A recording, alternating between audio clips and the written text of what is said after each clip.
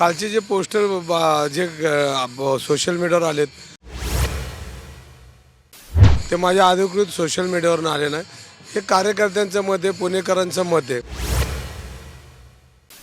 पुन्हा येतोय धंगेकर पॅटर्न, प्रदूषणमुक्त पुण्यासाठी अशा आशयाचे बॅनर्स आता पुण्यात झळकलेत.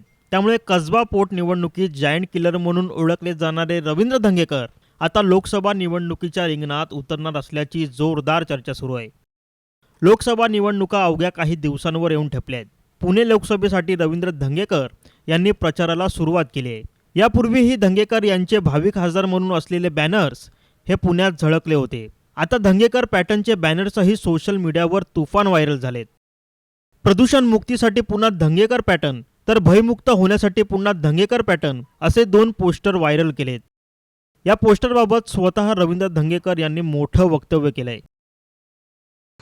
आणि पोटनिवडणुकीमध्ये तुम्ही बघितलं असेल, ही निवडणूक जनतेने हातात घेतली होती.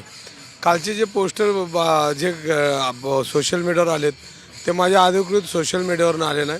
हे कार्यकर्त्यांचं मत आहे, पुणेकरांचं मत आहे. आणि मग त्या मताचा आदर करणं हे आपलं कामच आहे.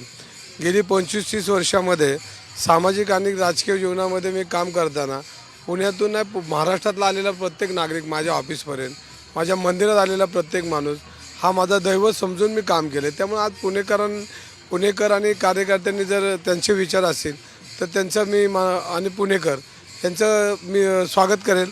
कारण शेवटी जनता ठरवते कोण निवडून येणार आहे आणि कोणाला निवडून द्यायचं. कसबा विधानसभेच्या पोटनिवडणुकीत रवींद्र धंगेकर यांना मोठा विजय मिळाला होता. या निवडणुकीसाठी भाजपनेही पूर्ण ताकद लावली होती. पण निवडणुकीत पैसे वाटप करण्यात आल्याचा आरोपही धंगेकर यांनी केला होता.